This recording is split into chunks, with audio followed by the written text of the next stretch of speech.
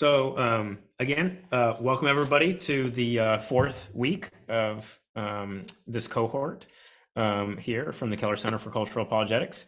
Don't really have any new announcements that weren't there in the previous weeks. I think everybody should have hopefully received their books by now. Feel free to email me at kellercenter@tgc.org if you're having any challenges to that end. And just like usual, should be able to send a recap email with links to all the previous sessions, or you can either download or stream this session and all the previous ones before it. And again, if you have any needs whatsoever, you can email me at kellercenter@tgc.org. I hope it's been a helpful and fruitful course for everybody so far. And again, I know myself, Skylar, and Trevin will all be at TGC 23. So we'd love to see some of you there if anyone is interested in attending that. I know Trevin's going to do some speaking at that. I got two things that I'll be at as well. So would love to see you guys in real life. So with that being said, I'm going to hand the floor over to Trevin for week 4. Well, hey everyone! Thanks for sticking with us so far in the 4 out of the 5 weeks. I guess we'll have to see next week those who persevere to the end. But what we've got probably the shortest of the sessions tonight as far as stuff I'm going to present and show you guys tonight. Because I think there's so many different ways that the conversation tonight could go, and there's only and plus we've already had quite a bit of content in the last 3 weeks to where I know there's been just you guys have sent in amazing questions and have had good back and forth, and so I want to give us a lot of time for that tonight and next week as well, but tonight in particular. So we're going to jump right in with the 4th challenge, which I would put it this way. The emptiness of expressive individualism, which, remember, that's what we talked about the first night, leads to the rise of various pseudo-religions to fill the human heart's desire for rest. So this is I call it the pseudo-religion challenge. I think a lot of times we tend to assume that being secular means being not religious, and I think that's false. I think I think what happens is humanity, because we have a built-in longing for transcendence, we look for that to fulfill that religious impulse elsewhere. But what I mean by pseudo-religion, so traditionally speaking, if you're talking to sociologists, or if you're trying to like chart Christianity's growth or decline, and you're thinking about, or even if you're a missiologist and you're thinking about the gospel's advance, the traditional way of thinking about that is to do so in comparison or in contrast with other religious faiths, right? So you might ask, well, how fast is Mormonism growing?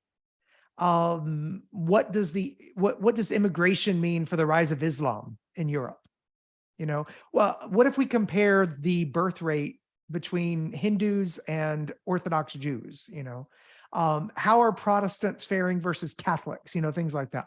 So it would be easy to look at religious devotion and spiritual fervor and only think institutionally, and then to see, well, how is the gospel faring, or how is evangelical Christianity faring in contrast to other religions?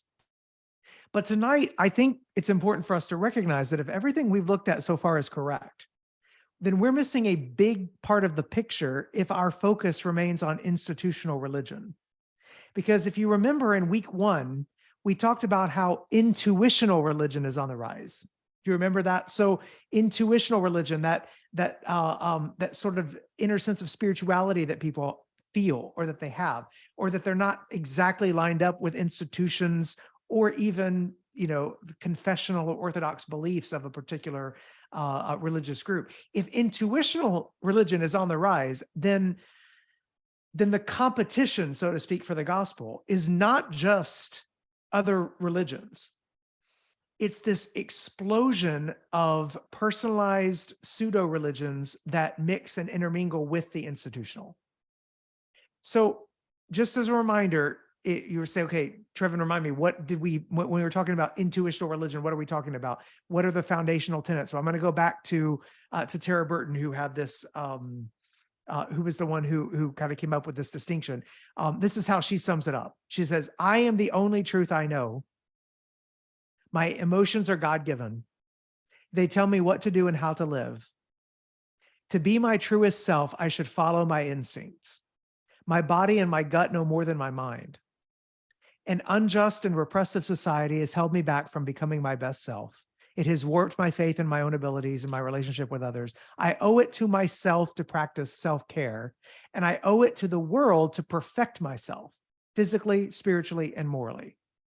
And, oh, by the way, this shows you that metaphysically kind of what the claims are. There is no objective right or wrong. Different people in different societies have different moral obligations.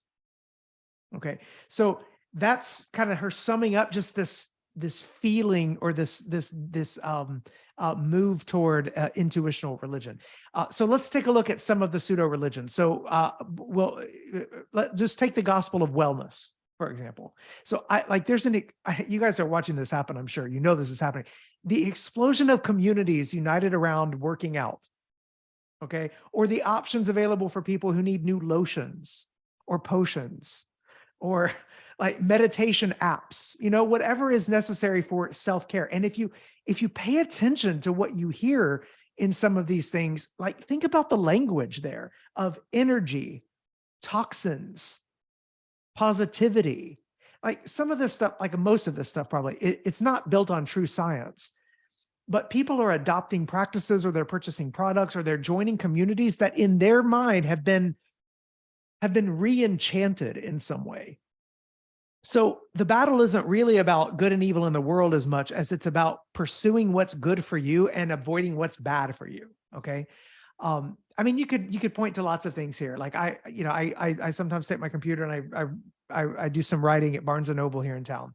And I mean, I'm just amazed because I'm in a red state, like in a pretty conservative area. And I'm just amazed at, especially now that Barnes and Noble, like they're giving their managers more freedom about what they put on there. And there's like tarot cards, and there's more like the resurgence of this new age thought, Wiccan spirituality stuff. I have to have whole sections and stuff. And I'm like, in my town, like it's not even something I would have thought would be a big thing, but apparently it gets enough shelf space to be able to sell.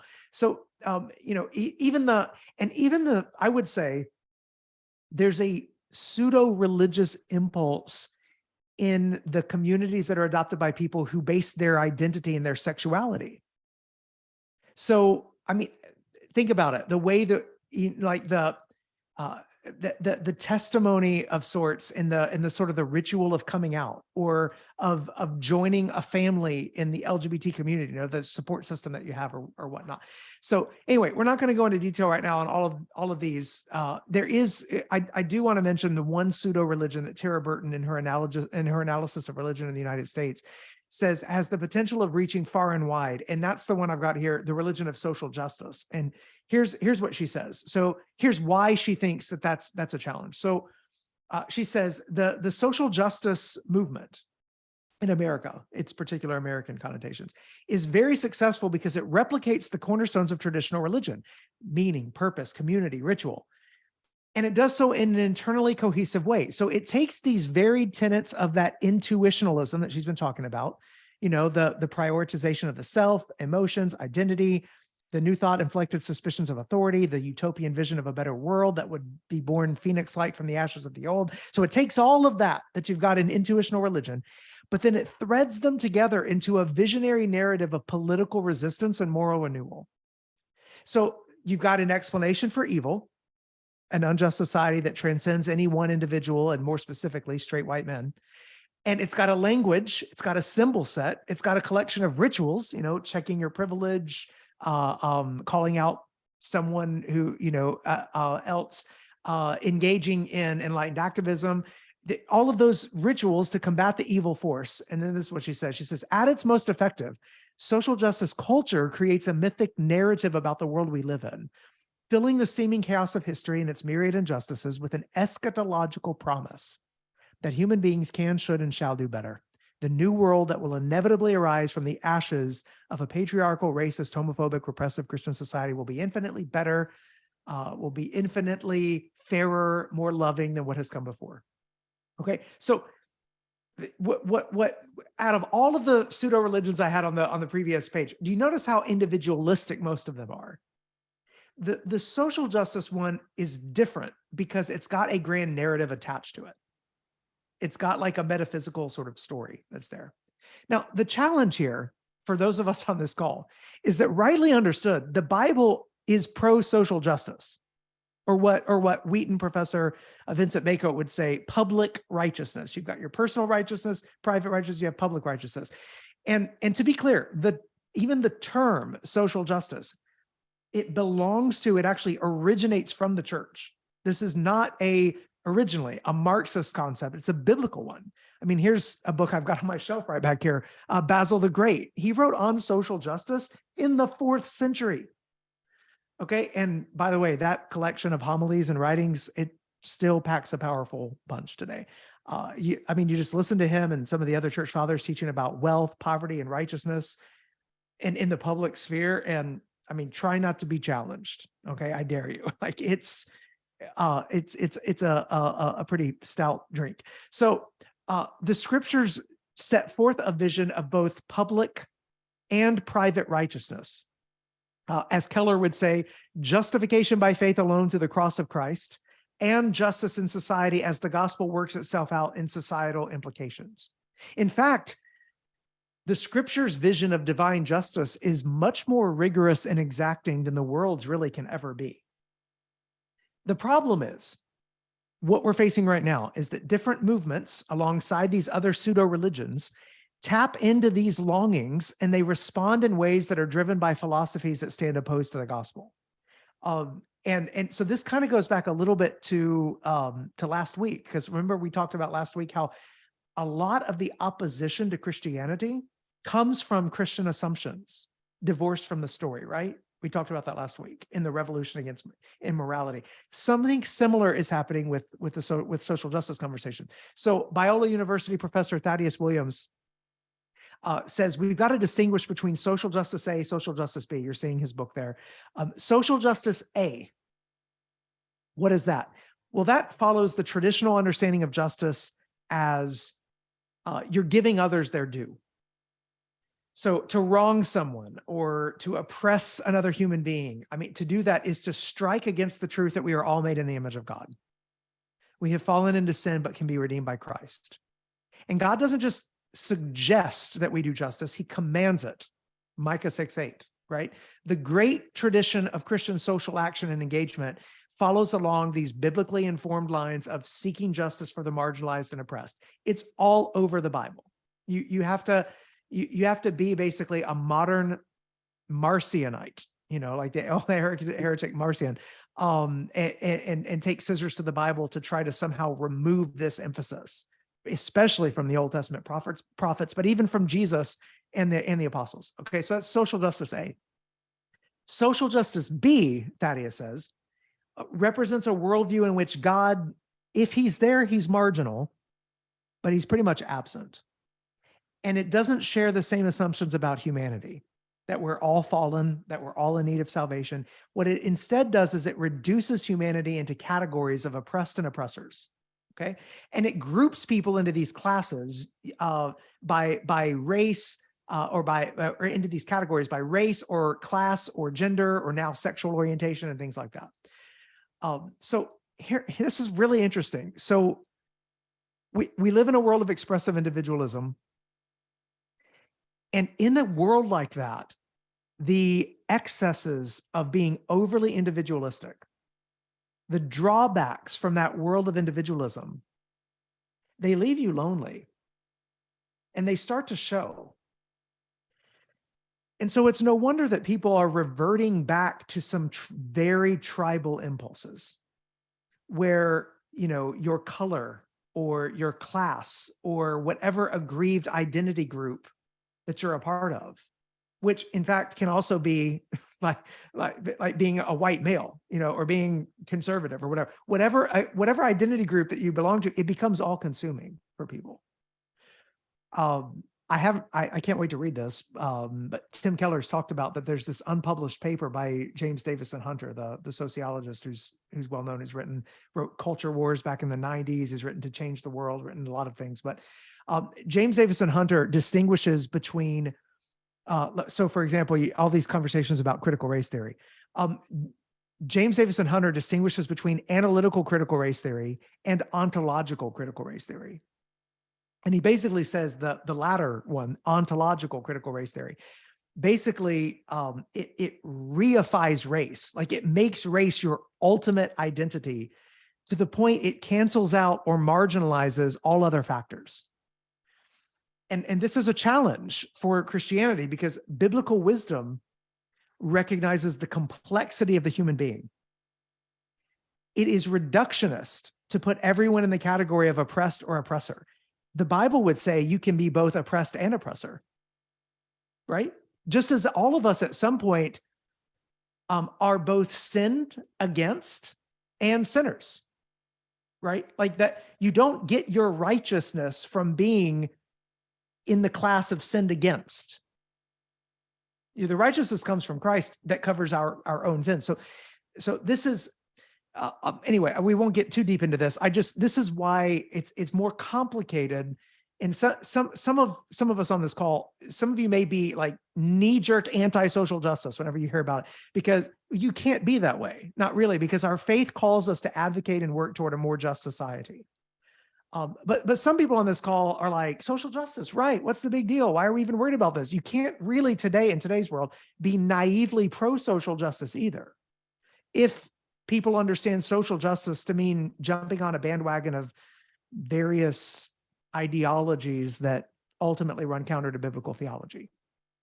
So I do think like we've done with all these other things, we should ask the question, why has there been such a fast rise in what we would call identity politics, right? Where that sort of reductionist look at the human being. Mary Eberstadt has a theory.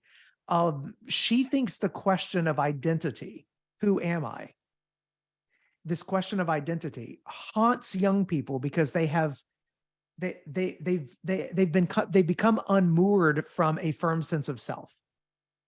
So they've got this desire they're searching for connection. And so they wind up being drawn into the ranks of these ideological tribes that are spawned by identity politics. And then they react with like frenzy against any perceived threat to their group.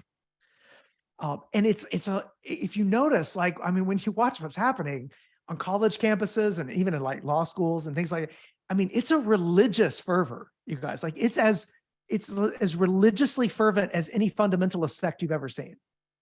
And it comes with its own rituals: confession of sin, hunting of heretics, seminal texts, a quasi-religious indoctrination, okay?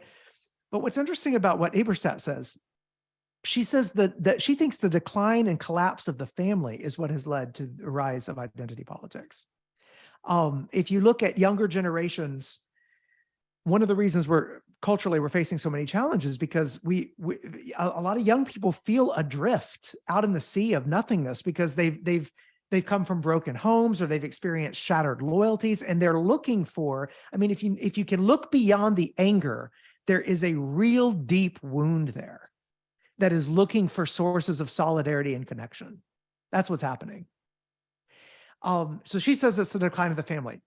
I'm still chewing on this one. I can see the point there, but I think I'm more inclined to see that the sudden rise of identity politics is really more. I think I'm more inclined to see it more as an answer to the loss of meaning that is widespread in our culture.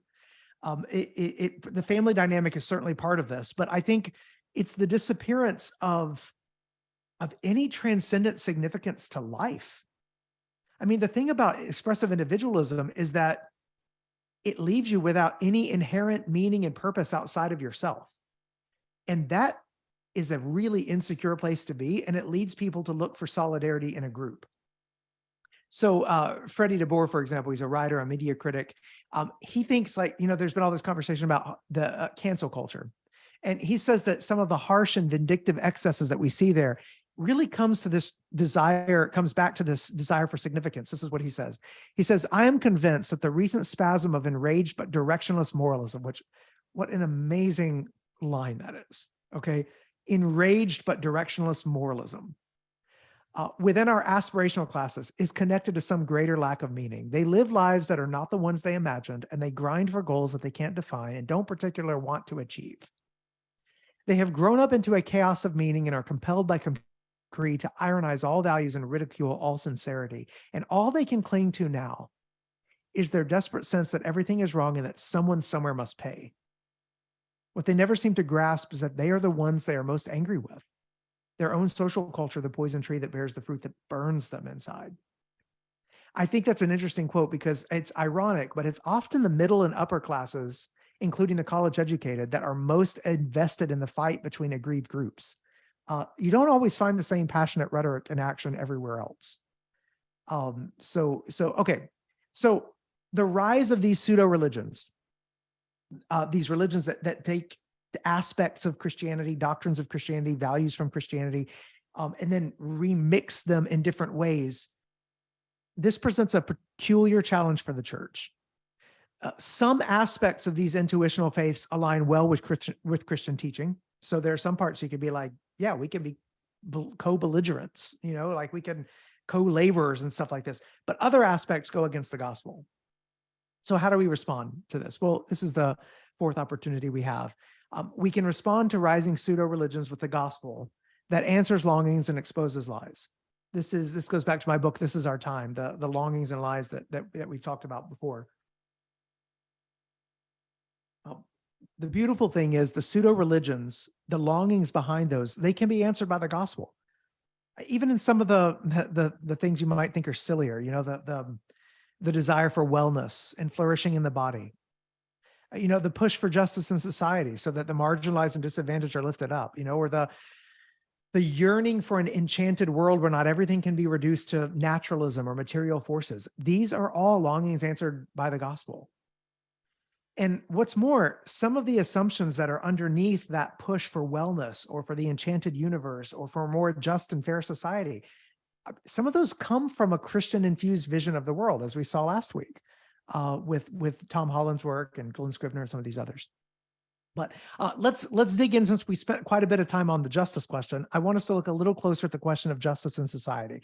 So Dr. George Yancey, professor of sociology at Baylor University, he's been writing on racial reconciliation for decades. Yancey's work stands out to me among a lot of the authors I've read on these topics. And the reason is because he connects the conversation to a biblical understanding of humanity and sin. Yancey understands that sin affects everybody. And you can just look throughout history and see the historically oppressed can become the oppressor if given the chance. And so you've got to watch out for reductionist approaches to complex issues. So this is what he would say, the whole conversation's about, well, is racism or sin structural, or is it individualistic or whatnot? He says, both the structuralist and the individualist definitions ignore the spiritual dimensions of racism. They are secular definitions. Neither definition speaks to the nature of humanity or to spiritual forces that transcend individuals in society. Christians should not be limited to thinking only about the spiritual dimensions of racism, but racism must ultimately be defined as a result of our human sin nature. The sin nature of both majority and minority group members leads to racial conflict and tensions. We cannot end racism until we confront our own sin nature. So instead of seeing the divides in society over identity politics as a hopeless quandary for the church, Yancey holds out hope that the church could lead the way with biblically informed, theologically robust, socially aware solutions. So another thing he says, what I think the church has not done is ask the hard question.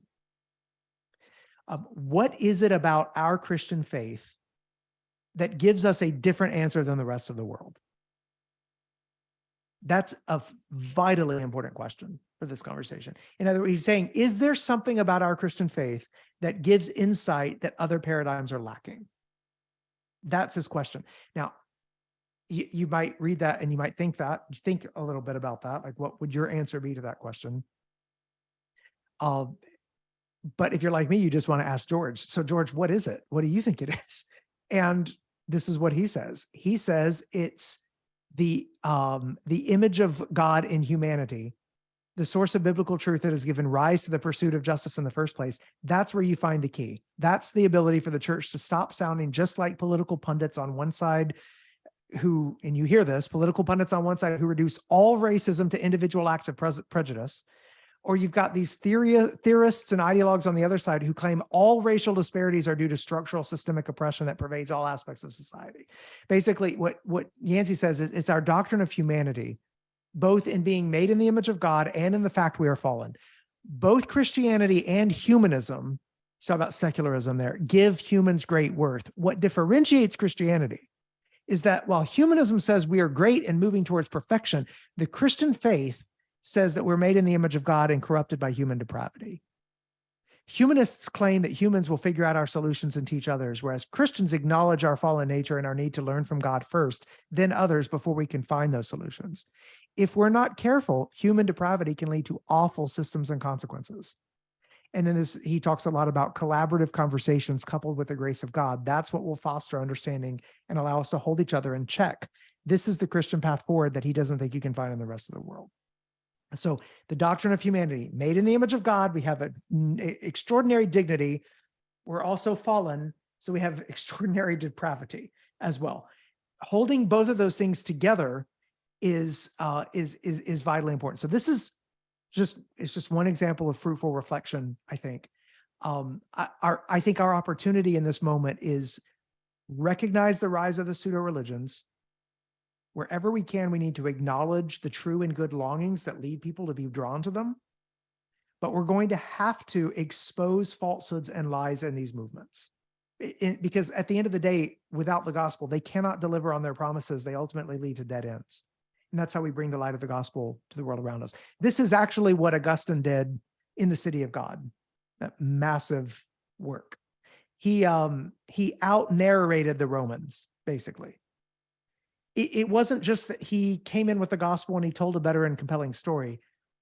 He presented the gospel as a larger story in which all the other stories found their place. So he situates human history within a Christian reading of the Bible in a way that explains myths and behaviors and events. This is one of the reasons why I think Christopher Watkins' book, who's professor in Melbourne in Australia, he says in biblical critical theory, he says this out narrating has two parts, and you can see it in the two halves of Augustine's City of God.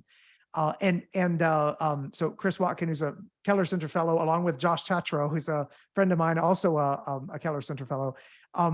Josh Tatro, he uses this inside-out approach to commending the Christian faith. This is what he writes. He says, Augustine begins his masterwork inside Rome's story, scrutinizing and critiquing the late Roman culture around him, showing it in a blistering expose to be a small, incoherent, and self-defeating story that cannot live up to its own aspirations. And in the second part of the book, he leads the reader out of Rome's story and into the biblical plot line from Genesis to Revelation, demonstrating and illustrating how life lived in the context of this true story meets our highest aspirations, satisfies our deepest desires, and makes the best sense of our world and ourselves. Dan Strange, director of Crosslands Forum, former director of Oak Hill Theological College, he calls this subversive fulfillment. Subversive fulfillment. So that's a term that he gets from like last century's missiologists.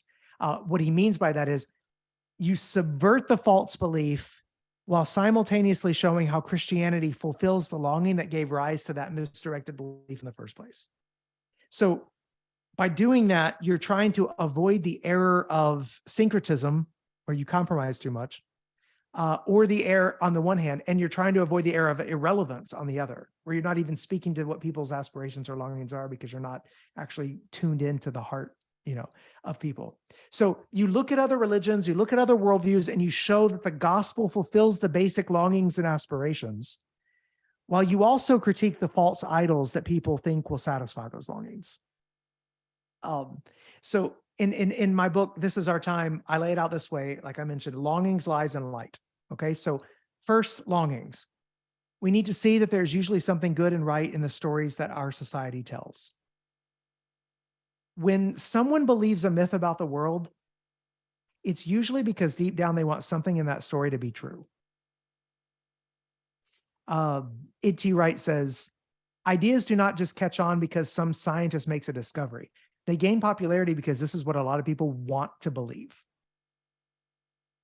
And so the question we ask is why? That's the first question. Like, why do people want this story to be true?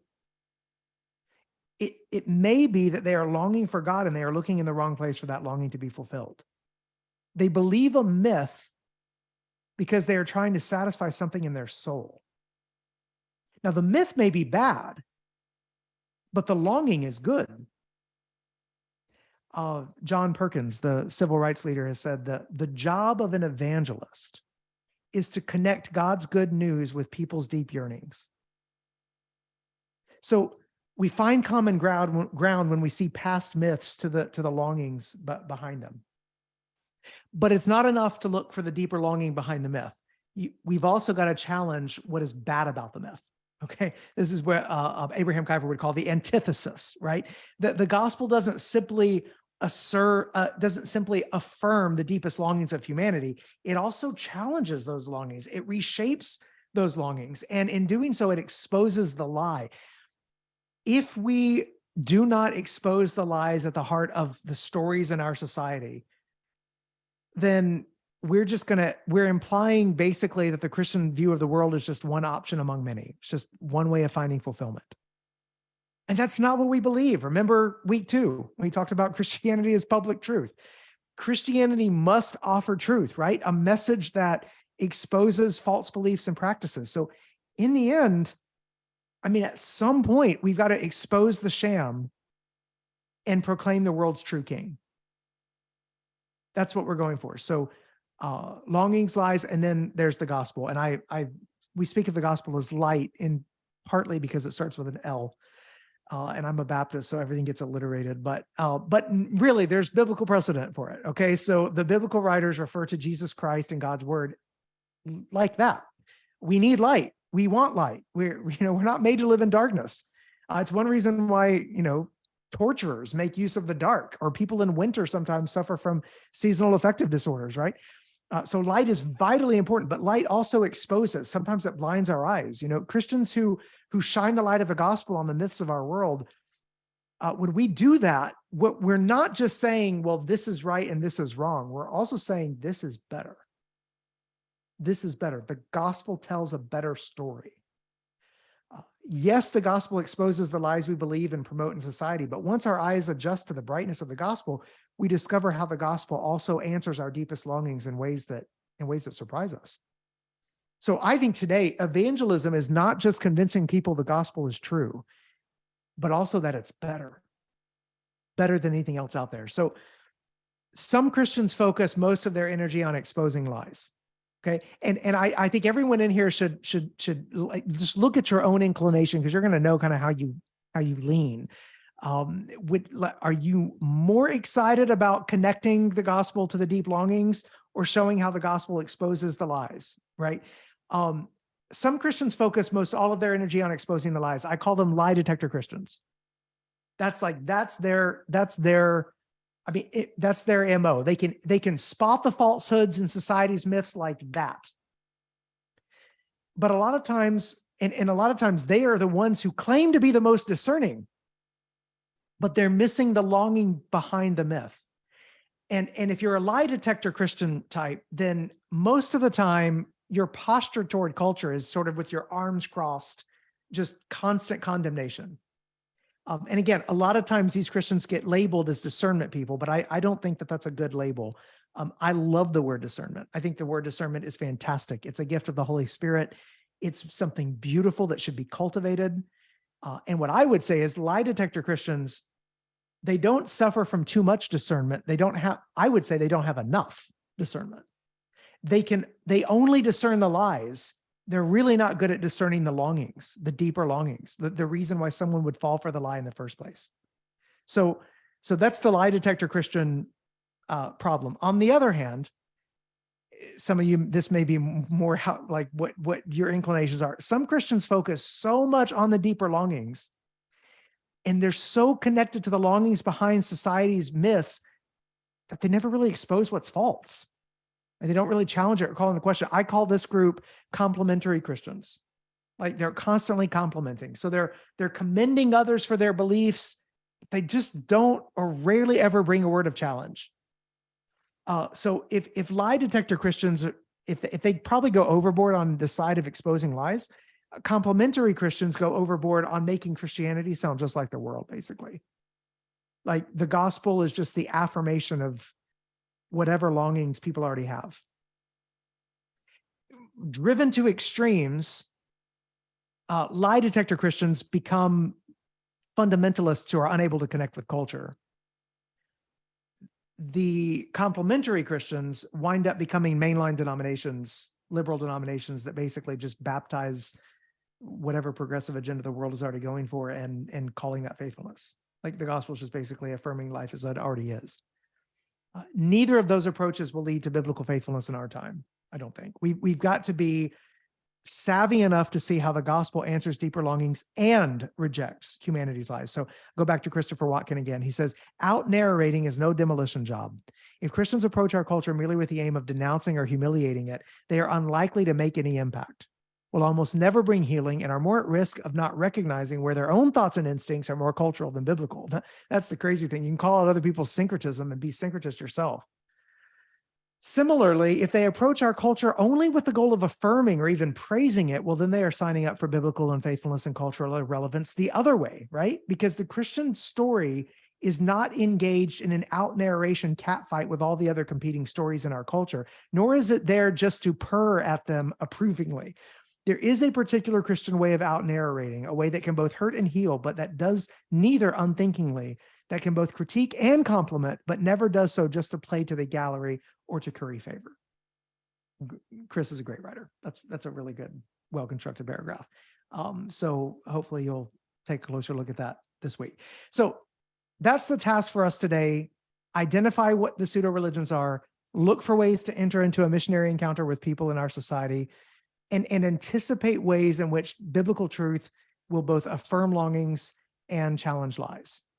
So said we were going to finish the presentation part earlier than usual tonight, and so we've got plenty of time for Q&A and for discussion going all the way back. Feel free all the way back to week 1. This is week 4, but I know things have been building. So if you've got questions, send them to Mike, and we will go ahead and begin some of the discussion on what we focused on. All right. So our first question for the night, related to challenge number 4, how would you apply this to progressive Christianity? How do you think progressive Christianity and expressive individualism interact? Do you think progressive Christianity is a Christian religion, non-Christian religion, or a pseudo-religion? Okay, so a lot of this would depend on exactly how we're defining progressive Christianity. If we're talking about progressive Christianity in the sense of basically just old-fashioned modernism, liberalism, like J. Gresham Machen's Christianity and Liberalism book from a century ago. I think it came out actually 100 years ago this year. Then in that sense, I think Machen makes a very compelling case that you're talking about two different religions. The fundamental structure of authority is different. One is personal experience trumps God's divine revelation in that kind of setup, and personal experience and individualistic sensibilities wind up taking the throne in a way that's just fundamentally incompatible with the gospel. When we ask about progressive Christianity, there's just so many different things that fly under that label as like people that consider themselves progressives or not. And progressive is one of those words that it can get applied in so many different ways depending on how people are thinking about it.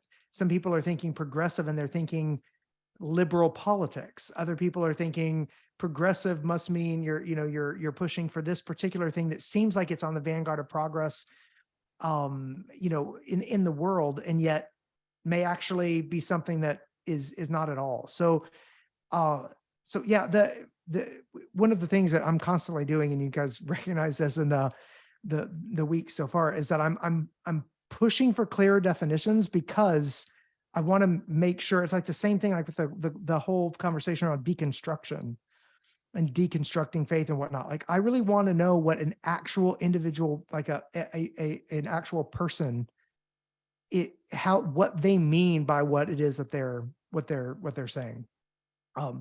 But just overall, when you say how does progressive Christianity and expressive individualism interact, I don't think expressive individualism interacts just with progressive Christianity. I think it interacts with all types of Christianity, including, conservative Bible believing Christians in a lot of ways, because again, if the surveys are right, a lot of the people in our churches are expressive individualists that are applying the Bible to that framework. And they're that way in our conservative churches too. I think where progressive Christianity can sometimes, or like those that would be seen as more, progressive or left leaning or whatever, however we want to define that, is that that sense of that the Bible is there to just help you build the life that you want to build for yourself, can actually become part of like the very like culture of the congregation in a way that it's a little bit harder to take root in that for conservative denominations. And the reason for that is because conservative groups, at least technically, are in at least in theory, are saying the Bible is our guide. We have an authority. We're seeking to follow God's revelation as it's been revealed, God's word as it's been revealed to us. So that would be the what I would say about that. When the last part of that, do you think progressive Christianity is a Christian religion, non-Christian religion, or pseudo-religion? Well, in some cases, if we're talking about basically the liberal impulse that Machen's talking about, where experience trumps authority, it really is it's a hollowing, it's a maintaining of the form and the structure of Christianity, but it's been hollowed out on the inside. So it is different. It's Christianity versus liberalism, I think, where you're actually showing these are foundationally two different religions, and you can see the divergence when that takes place. But there are different stages along the way where you can see, that there might be a pseudo-religious impulse, and there might be other things here and there. So it's complicated. In other words, it's complicated. But I definitely think what progressive, that sort of impulse of only like being the complementary Christian that's only focused on longings and not lies, what it will sometimes do with those pseudo religions that we talked about is it'll take one of the pseudo religions and basically just baptize it as this is Christianity. Christianity is all about the pursuit of social justice, or Christianity is all about caring for yourself and wellness and meditation app and things like that, or it's all about this other, and it kind of just lets Christianity sort of, it hijacks the true Christian faith. All right, second question. I'm currently in conversation with two atheists who are, by confession, content with their own goodness and the creation of their own purposes in life. I know the gospel can speak to them, and I'm praying through this, giving them the benefit of the doubt. If they're happy with themselves as they are, which part of the gospel am I missing to share with them? Well, that's a great question. And I love the fact that, you're in conversation with two atheists, which is fantastic. I know a lot of us have lost friends and neighbors, but running into like people that are completely atheists is a little more rare than you'd think when you look at the statistics, although it's growing in certain parts of the country now. This is a challenge. Like how do you explain the need of the gospel to people who feel like they're perfectly content without any needs? That I don't think that you should be second guessing yourself or thinking or asking the question, what part of the gospel am I missing to share with them? Because I don't think you have to be missing of any part of the gospel to be able to talk with them. I think you've got to ask some of the deeper questions of, this will have to happen through conversations over extended periods of time, but I think questions of purpose, meaning, morality being grounded in something other than human imagination is one area, one avenue to take. Another thing to take is whenever some kind of suffering or setback puts them in a position where some of that temporary feeling of satisfaction or contentment gets lost. You may just have to have the relationship long enough to where you're there when that moment happens. And you will see a difference in the way that people without future hope react in certain circumstances versus the way Christians react, the way you will react, and especially if you go through suffering or setback. When Paul talks about grief, one of the best ways that we witness to the gospel is that we grieve differently than people in the world. And so I think that's another thing to consider. But my big recommendation is not to assume that you're missing something. It's to continue conversations, and as long as they're open, to see if they're willing to talk. Maybe it's not you trying to present the gospel every time you're talking with them, but more of a, are they willing to explore deep philosophical foundational questions with them?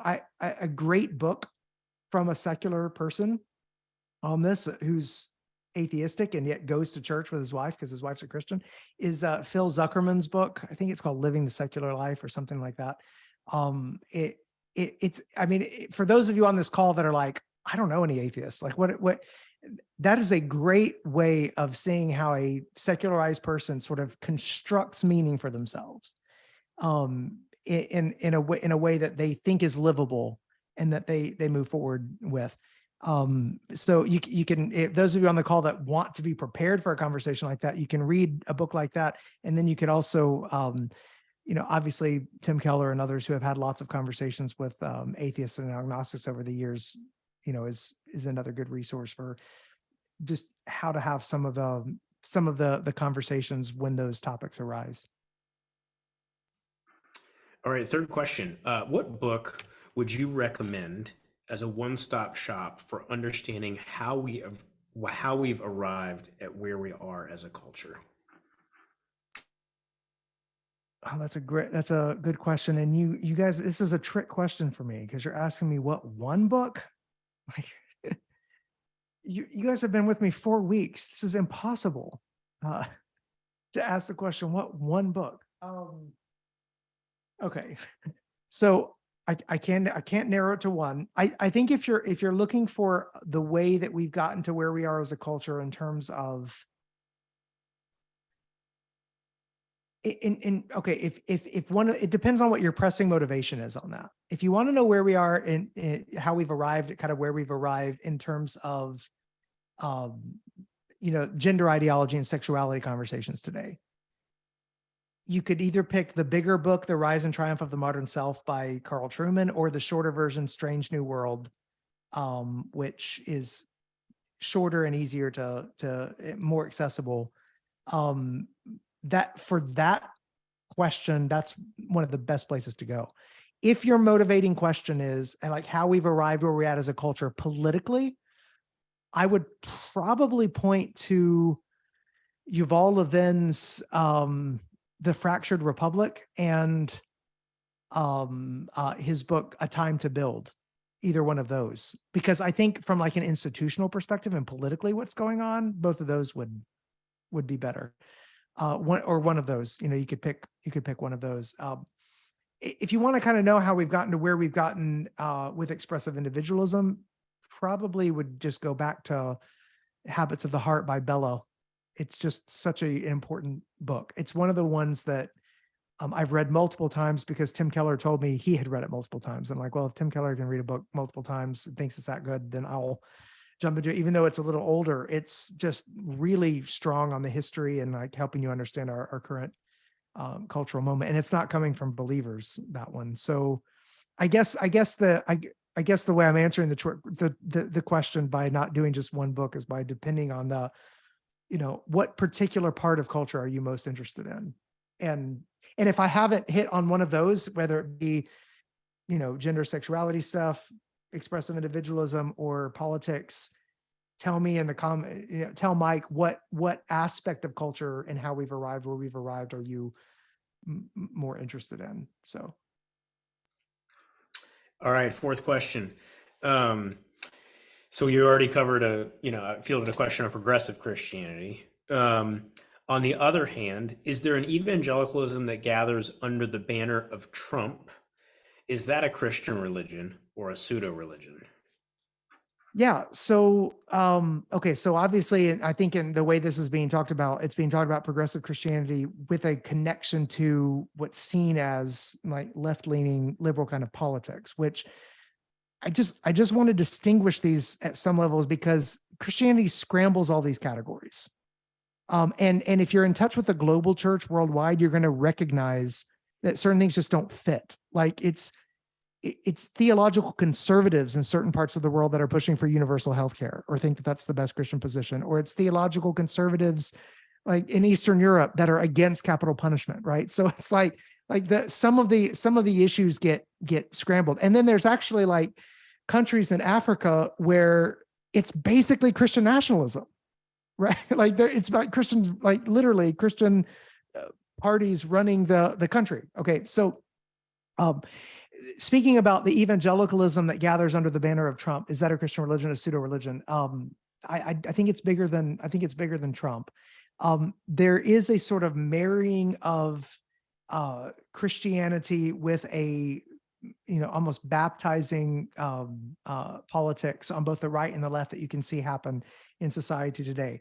Interestingly enough, the sort of Christian nationalist right gets most of the press, but George Yancey, who's the guy I mentioned earlier, who's a sociologist, has actually shown in his research that it's actually those that are more on the progressive side or mainline denominations or whatnot, where you're more likely to hear politics in the pulpit.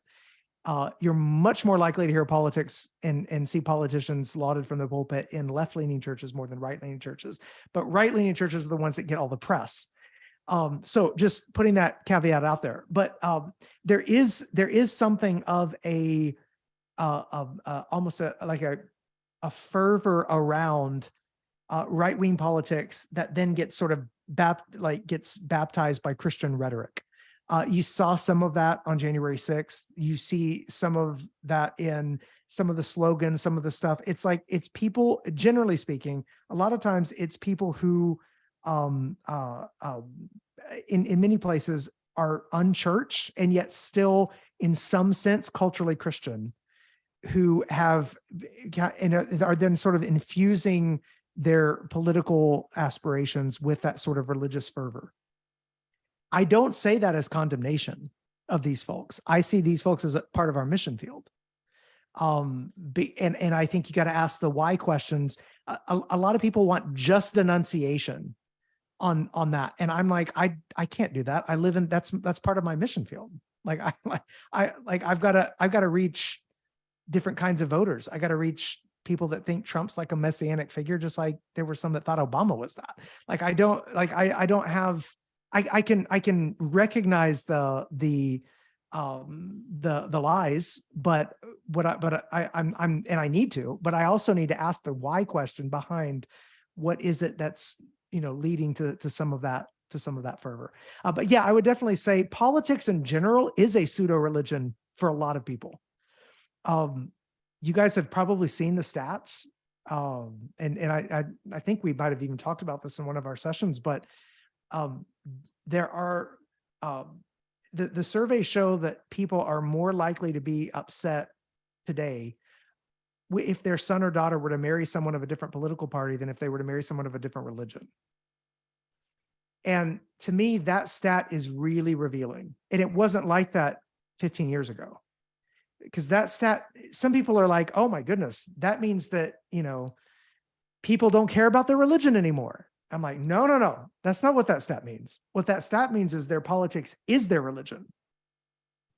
Like that's the motivating thing. So yeah, I definitely think, there's a progressive Christian kind of political thing that, the social justice aspect that can become a pseudo religion, just like there is, the more right-leaning side, some of what flies under the banner of, Christian nationalism or whatever it might be, that I think is both of those can be really important. That confusing of Christianity with politics is Definitely got a pseudo-religious aspect to it. All right, fifth question. I remember the book Search for Significance by Robert McGee, which I thought was helpful as to the gospel is the antidote to certain cognitive behavioral flaws. How can we use the language of, quote, identity and longing in a communal sense, not just individual? Oh, man, I love that. I have not read that book. Um, that I may need to pick that up. That's really interesting. Yeah, the language of identity and longing, move it to a community sense. I mean, I think that's kind of happening anyway with the rise of some of the more tribalistic impulses that we're talking about. It's happening in society, identity politics, whatnot. I guess the for us to use it that way, it would be to regain something of the corporate nature of the church. You know, I love to tell people that one of the things we miss in English in our Bible translations is how much of Paul's letters and the New Testament apostolic instruction is done in the second person plural, not singular. So, so like when you read Paul in Philippians and he says, work out your salvation in fear and trembling because it's God that's working in you. I mean, that's actually work out y'all's salvation, right? From those of us in the South. Like we have that, we have y'all, but y'all is the actual. And so you've got to either look at other languages that have the second person plural that's different, or go back to the original language or whatever to be in order to see that. And one of the reasons I think we can miss that communal sense of God giving us instruction that isn't just to us as individuals, but is to us as individuals as part of his body, is a key part in helping reform and reshape our understanding of ourselves and how the church is and how we are actually connected to God's people. But yeah, I mean that's a great question. I'll have to think on that one more. Like, how do we do that? What kind of practices would help us do that so we can move away from individualism? All right, sixth question. Besides out narrating through preaching and proclamation, what are a few aspects of a church culture that can help tell a better story? It's a great question. Yeah. Oh, absolutely. So much of Christianity is caught and not taught. And so this is this is why this is such a good one. I'm going to go back to particular disciplines and particular practices that are generally some of the things Christians should be known for. And I think this has to start, first of all, with our own families, with our own kids. About, oh gosh, it's been several years now, though. One of the things that I remember is back in the day, and I think I wrote a blog post about this at some point called Because We're Christians or something like that. But it was different things we were doing as a family. And when our kids were asking, why are we doing this? My answer consistently was, well, because we're Christians. This is why we do this. And not just the things like, well, we go to church, we do this or that, but like, I know we were going, for example, we were taking food and helping, our church was housing in our fellowship hall women who were coming from domestic abuse situations, right? Women and kids who were, being battered in some way or needing safety and place. And so like we were serving and whatnot, we would go and do this kind of thing. And I loved connecting the action with because this is who we are. Like, this is what it means for us to be who we are. It wasn't that long ago, I was asked to endorse a book, which I did endorse. And by the way, with all the conversations about endorsement recently, I actually read every book that I endorse. Okay. But it was this book, and I was like, look, I want to endorse your book. And it was a book about the Christian life, basically. And it had some, great stuff in it about belief, about faith, about, coming to, about being part of church, like what it means to like follow Jesus in so many ways. And it had nothing in there about, which was surprising to me because the author's really involved in this. It had nothing in there about our witness to the poor and less fortunate. And I basically was saying, look, I was like, I was like, I don't know if you've gone to print yet, but I mean, this is one of the things that Paul talks about, like that he was eager to remember to do. And that this is like it's one of the key aspects in which we show in our culture as a church that we like the kind of people we are and who we're looking out for and the people that we're seeking to serve that can't necessarily serve us back or can't, like I remember I was at I listened to some church leaders at one point who were like, all we need in order to have a good pastor and a good ministry is we need 10 tithing families. That's what we need to take this church to the next level. And I thought, well, that's great. We need, every church could use 10 more tithing families. But at the end of the day, God's probably calling you to reach a lot of people that are nowhere near even thinking about giving because they're nowhere near God either. So yeah, definitely look for the tithing families in your community, but that's not ultimately the church is trying to attract. The church is trying to reach, people that are far from God that may not ever be able to even be, you don't even know if they'll eventually contribute. You're serving just because you serve in Jesus' name.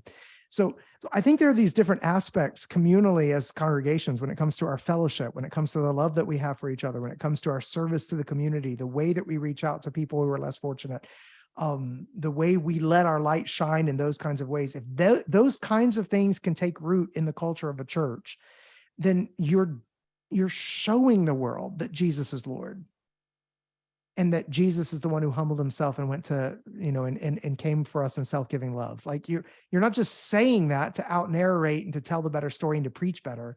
You're showing it by the actions of the congregation, by the way that the congregation is moving. If we're not connected to action, you can be the most brilliant orator or out narrator in your preaching, but culturally we've got to be moving toward those particular practices. What does Christianity look like? And that book, by the way, had not gone to print, and the guy wound up adding, some sections in there specifically on that, and so I was able to endorse the book. So, just wrapping up that little illustration. Yeah, it's good. Next question. The church is clearly facing a war on two fronts, outside and within. A culture adrift longing for identity, and a church with many members who found their identities in being lie detectors or complementarians. One need only to look in the circles of Christian Twitter to realize that we are people just as apt to destroy each other as is the culture. Does the rot in the church need to be addressed both locally and nationally before we can collectively engage our culture in a meaningful way? Is our witness being particularly undermined right now because of how we treat each other? On the answer to those questions, I would say yes, for sure. Our witness is undermined because of how we treat each other. I would just caution people to just a couple of cautions though. Do we need to do the one before we do the other? Well, no, because I think we've got to do both simultaneously. Like Jesus doesn't say, go into all the world and preach the gospel once you guys have really gotten everything together and you really love each other like you're supposed to. It's like we've got to be preaching the gospel even when there's still rot that we're trying to remove. So yeah, there's a lot of challenges there that we need to be focused on. We need to be able to do both. Walk and chew gum at the same time. And we actually should see those things as connected. Removing some of the rot and like trying to build and reconstruct a stronger congregation, a stronger church is part of our witness. So like it's all together. Like you got to be thinking internally and you got to be thinking externally simultaneously. This is one of the burdens in my podcast, Reconstructing Faith. I don't know if some of you have seen that or not, but it's a 12 episode kind of a documentary style podcast about a number of issues facing the church from credibility, hurting the credibility of the church, with hopefully some constructive voices there. The other caution is our witness being particularly undermined right now because of how we treat each other?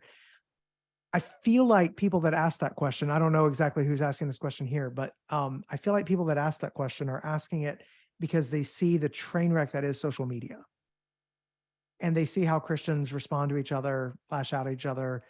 Definitely, I wouldn't say that most of Christian engagement on social media, when things get heated, not seeing a whole lot of the fruit of the Spirit. a lot of times, which I think says something about our own personal discipleship practices and whatnot. Mark Sayers says we need leaders who can be a non-anxious presence. It's very difficult in a world where social media is all about the amplification of anxiety. Like that is what gets engagement and interaction. So anxiety does get amplified. Because of that, it may be that things are a little better actually than the way they appear online. I'm not excusing the behavior that happens online, the way people talk to each other, the way people seem to say things they wouldn't say to anyone else. All that to say, I think if we imagine that our witness to is being undermined publicly because of what happens online, in some circles, yes, and people that are very online will see that, but a lot of people in the world are not following stuff like that. It's completely irrelevant to them. They're not necessarily as online as a lot of the most online people. And the most vocal people online tend to be at the extremes. Chris Bale has the research that show this. We'll talk about this next week, actually, a little bit in detail. That like the vast majority, like take Twitter, for example, which is probably the biggest dumpster fire of social media platforms.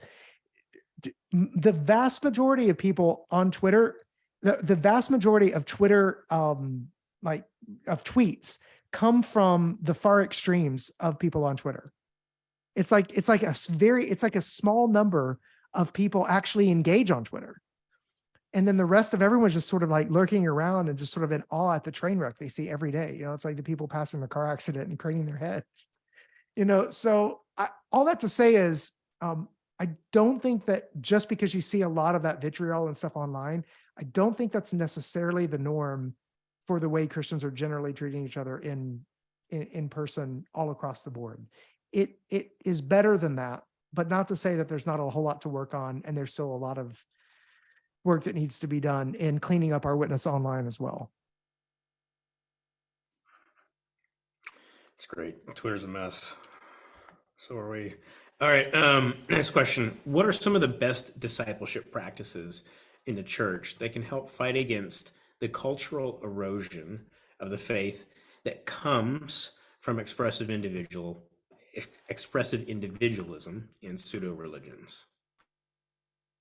Yeah, you know, I've done a little bit of writing on this, and not in book form, but more in on my column for Gospel Coalition.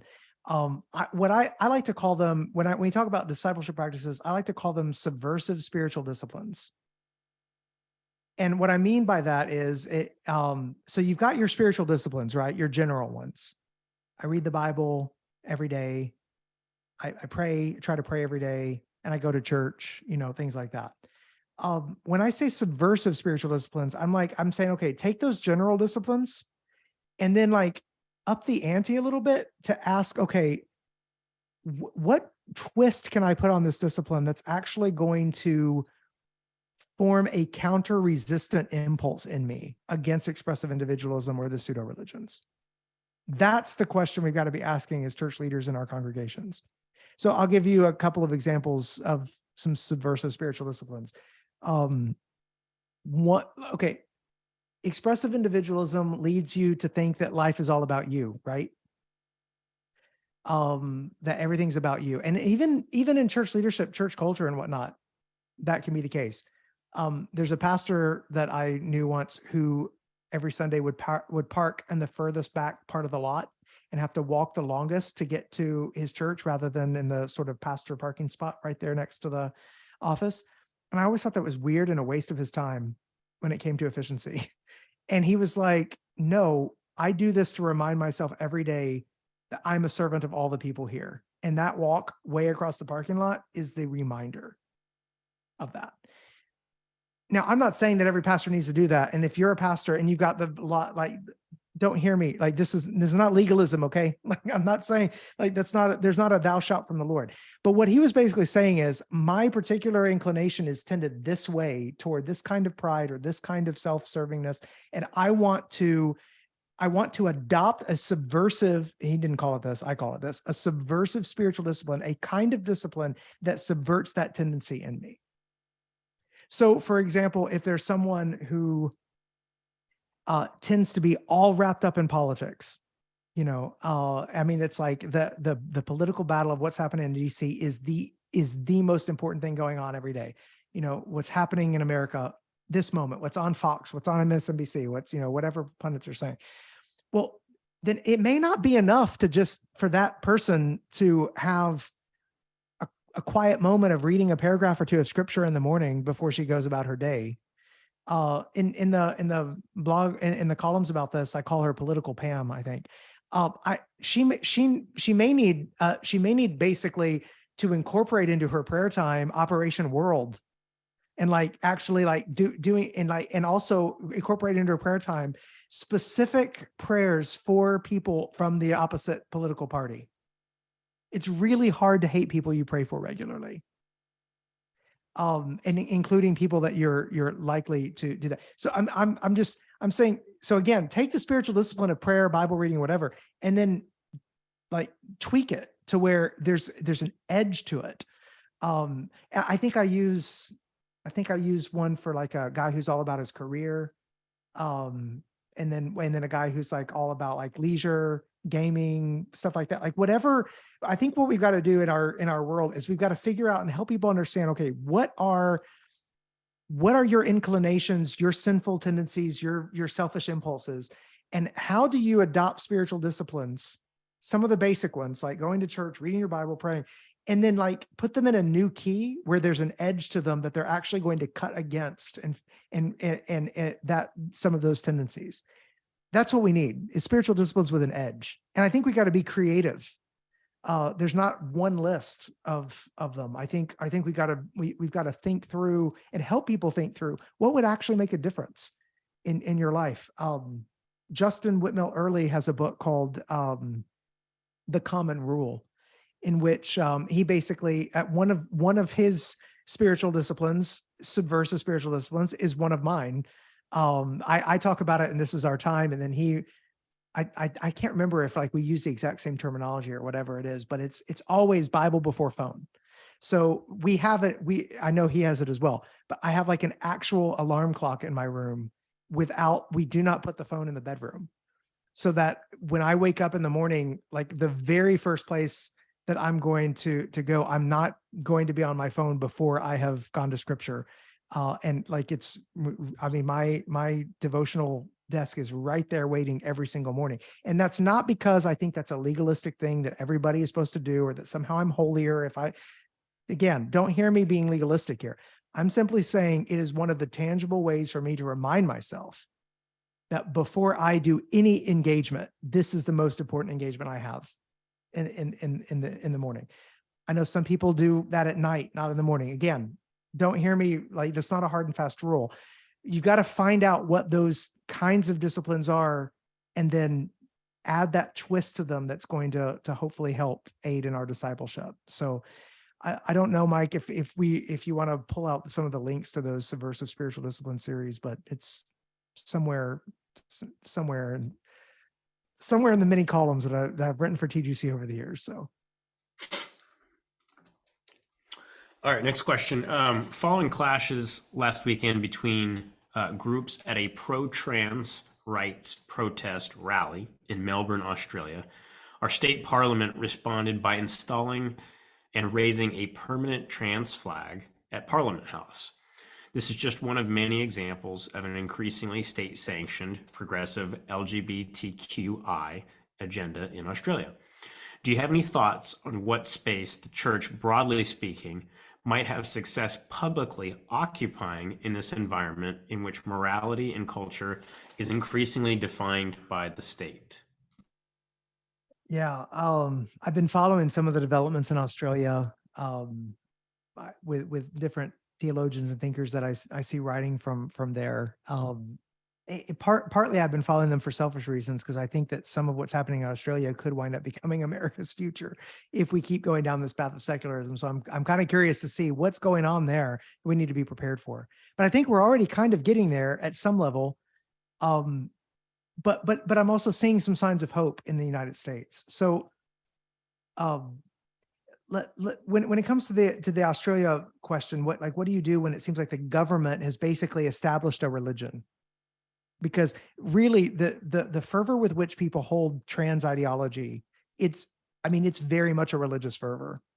Like when J.K. Rowling is a heretic, and should be burned at the stake and whatnot, like you could see the religion, like this really deep, rooted sense of that this is the way that we should be thinking about this. When you see that take place in a country, and I think the United States isn't really far from that. I don't know the Australian situation well enough from the government perspective to know what freedoms you have in order to be able to speak out and speak against. But I will say, I do think that you've got to be thinking about two things simultaneously.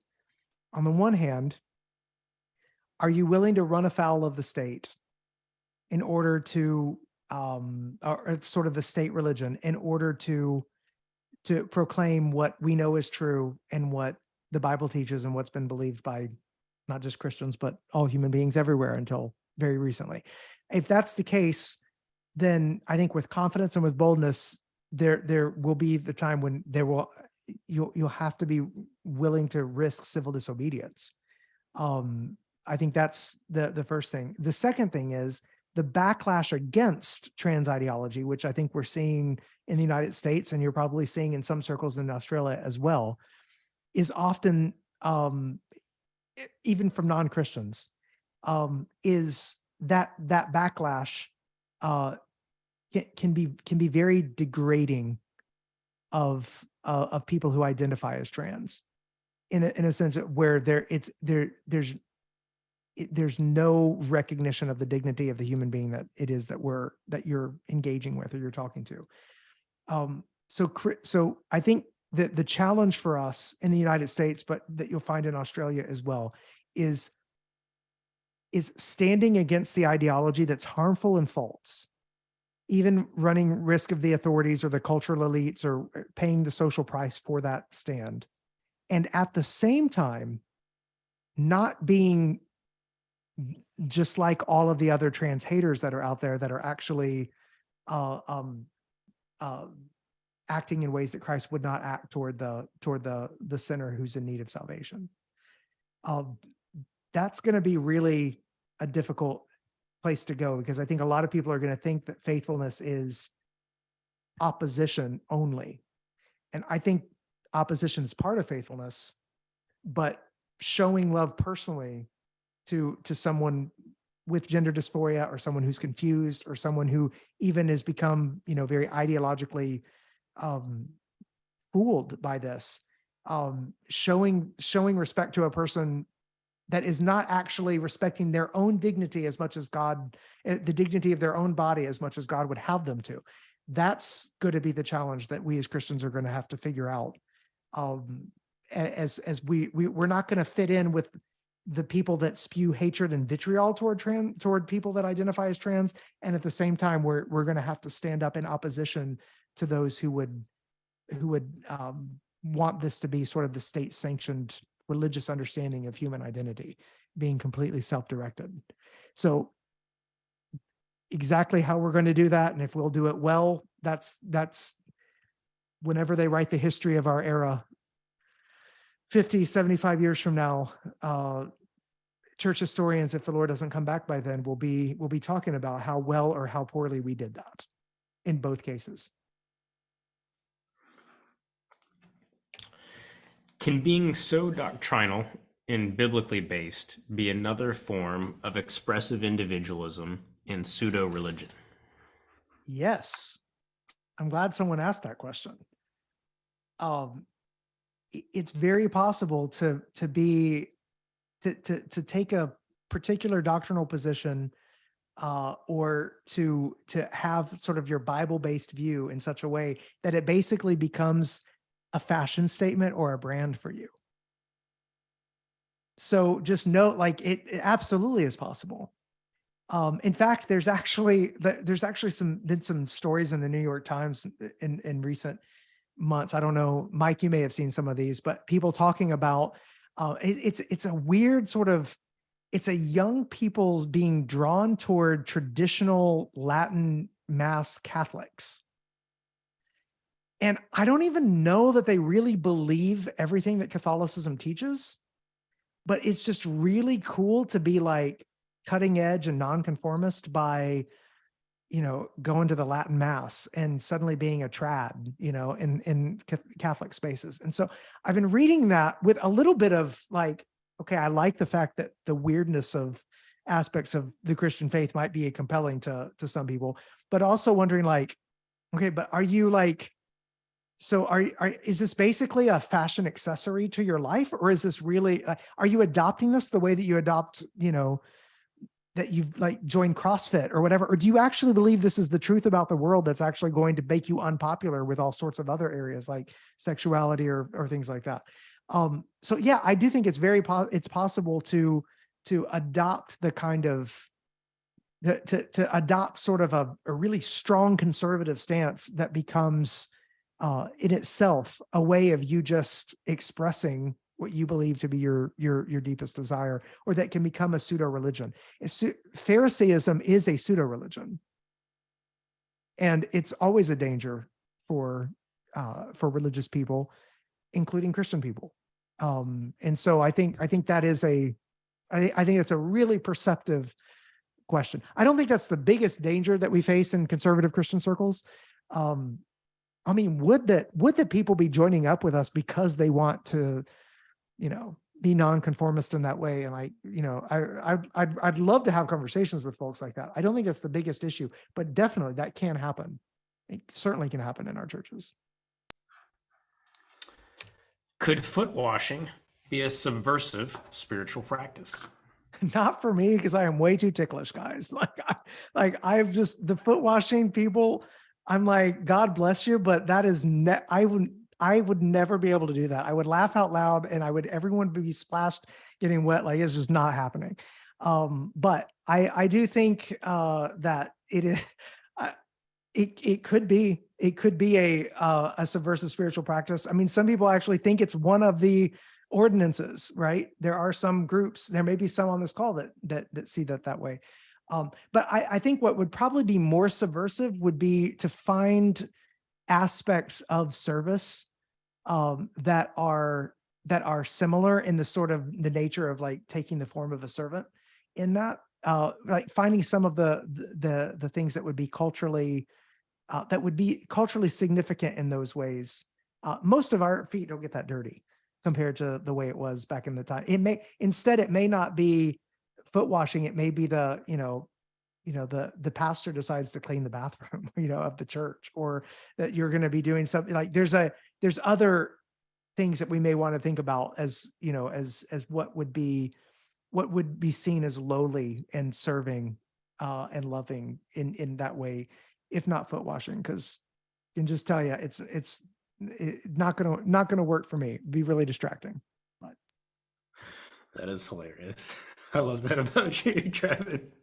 hey, we're keeping it real, guys. You guys know more about me than most people online now. So I got a real kick out of that one. All right, next one.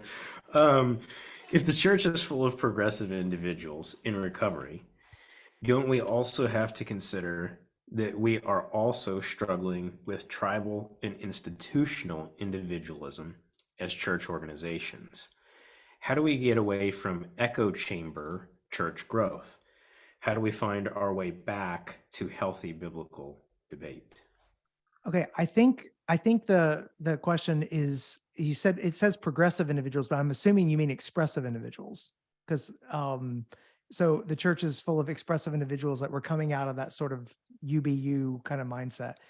Don't we also have to consider that we are also struggling with tribal and institutional individualism as church organizations? Yes, this is one of the, it's interesting. I think Mike's probably heard this as well, but Tim Keller has talked about how expressive individualism in New York City in the 90s, when he was planting Redeemer, was all the rage, right? But and now it's like seeping out into the rest of the culture. But what he sees happening in New York City now is a different kind of move. But it's a reversion back to those tribal identity politics type things. So he basically says if he were preaching today in New York City, it would be recognizing that sort of weird mix of expressive individualism connected to group identity. And so we're going to have to figure that out as well, because that's coming our way with politics, with other kinds of things at a pretty fast rate, probably. When you talk about finding our way back to healthy biblical debate, getting away from echo chamber church growth, this is super tough because we live in a consumer society. Remember how we talked about in week 1, I think it was, in week 2.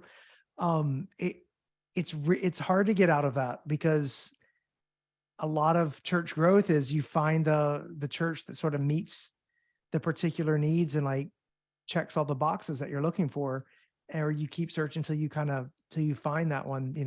You decide if Publix is better than Kroger, kind of a thing. That is how people think about the church, whether we like it or not. Getting back to healthy biblical debate,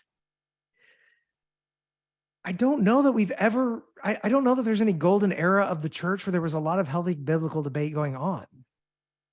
Like, I mean, if you look at like how the Baptist splits with the Restorationist movements back in the 1800s, or you look at the way that everyone loves to talk about how Wesley and Whitefield had such admiration for each other, but good grief, if you actually read what the kinds of the things they said and what they did, it was pretty harsh.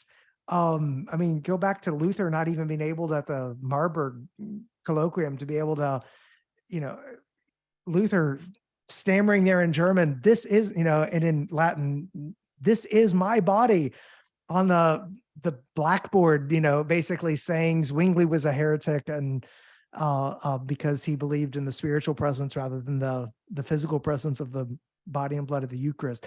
Anyway, all that to say is, I think aspiration toward biblical debate, healthy biblical debate, is great. I don't know that we're finding our way back, though, because I think if we think that there was ever this era where it was just really healthy all the time, we're probably fooling ourselves.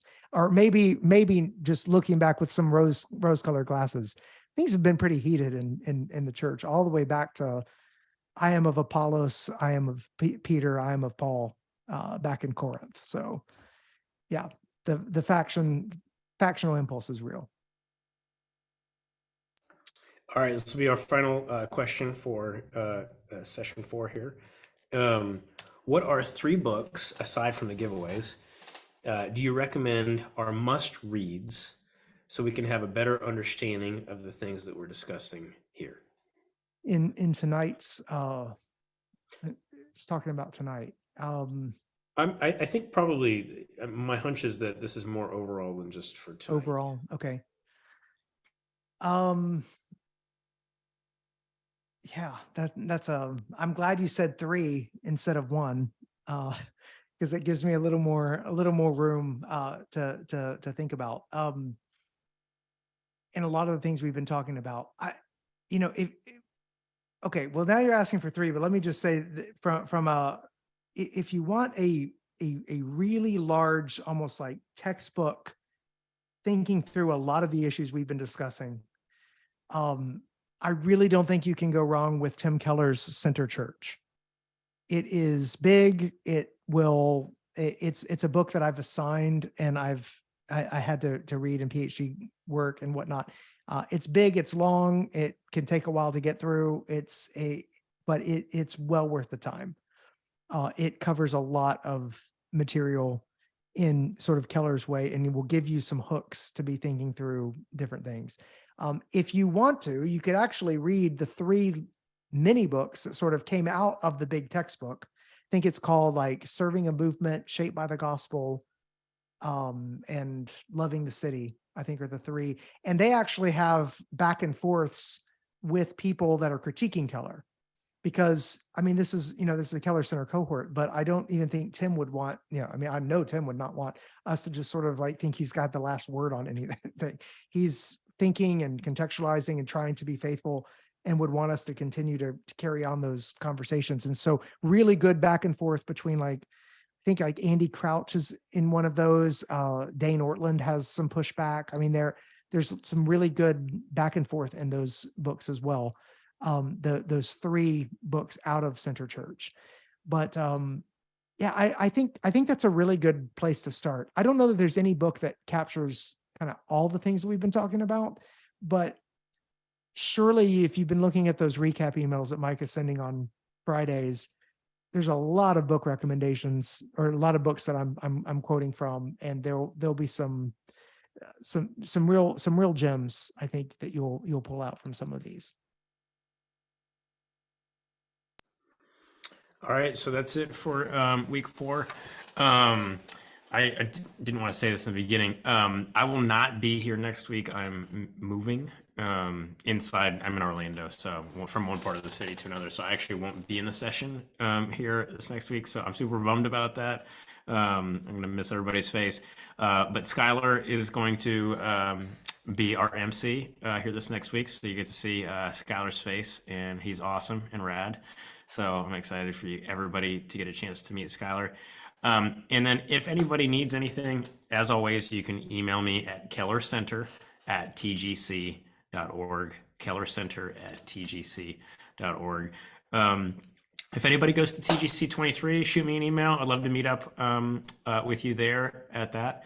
And you can. I'll still send out the recap emails both here this week and next week. But it was really good seeing everybody. And I'm sorry I won't be here this next week.